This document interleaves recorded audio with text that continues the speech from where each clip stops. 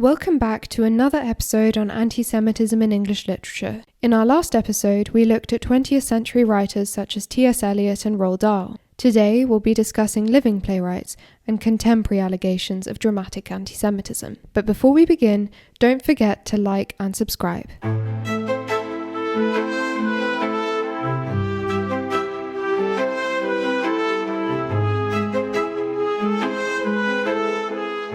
Over the past few decades, anti-Semitism has been on the rise in the UK.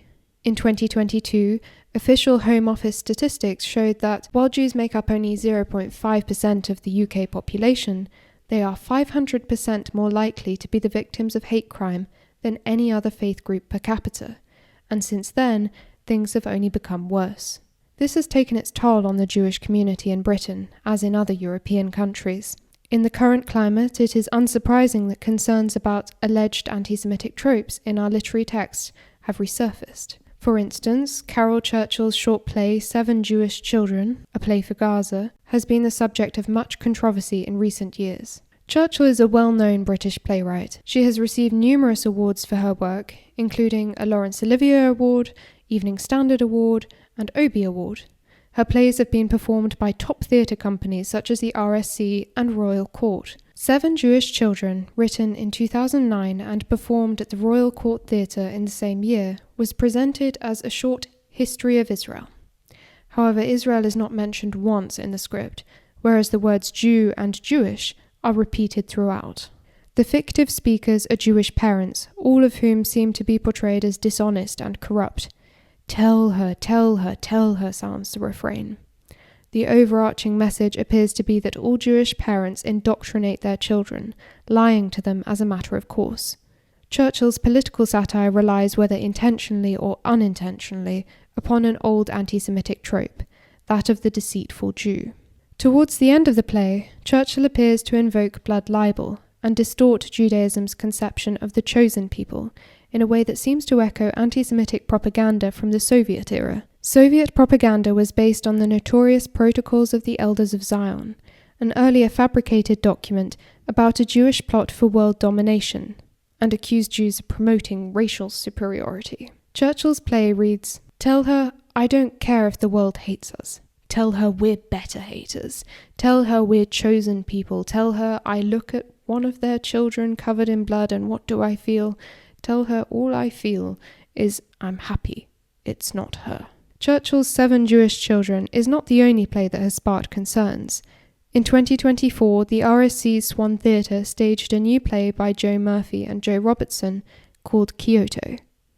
Online, it is advertised as a progressive play about environmentalism, about the series of negotiations leading up to the 1997 Kyoto Protocol. Climate change seems to be the focus. You open the program and the artistic directors, Daniel Evans and Tamara Harvey, describe the playwright's efforts to foreground community, agreement, and historicity. It all appears innocent apart from one detail. The synopsis states that the main action centers around a master strategist called Don Perlman, an overtly Jewish name.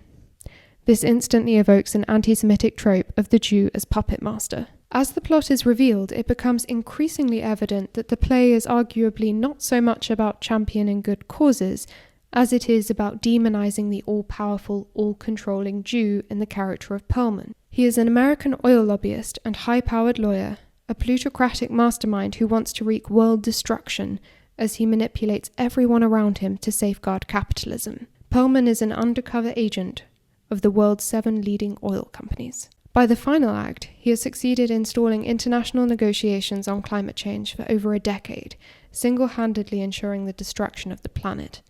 In the character's own words, he wants to set fire to the whole show. The language is eye-opening.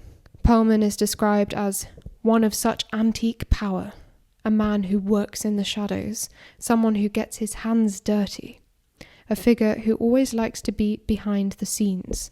You can draw your own conclusions as to whether the play draws on anti-Semitic tropes. We now turn to the Layman Trilogy by Stefano Massini. Described by various theatre critics as a genuinely epic production, a must-see and a masterpiece, which surpasses all praise, this play has also come under fire for its alleged anti-Semitism.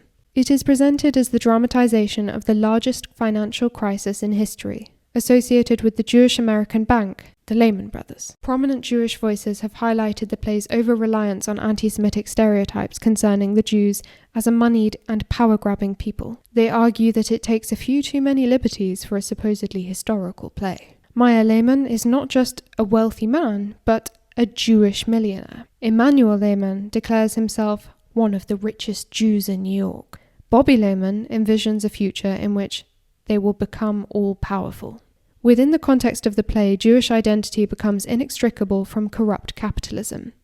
The brothers regularly cry, Baruch Hashem, meaning blessed is God, as they amass their fortune. Since medieval times, when usury was viewed as a dirty Jewish profession, the anti-Semitic trope about materialistic, greedy Jews has embedded itself in our literature and culture, and it certainly hasn't disappeared in the 21st century. That brings us to the end of our series on the tradition of anti-Semitism in English literature. If you've missed anything along the way, do go back and take a look at previous episodes. Be sure to subscribe and follow us. Thank you for listening.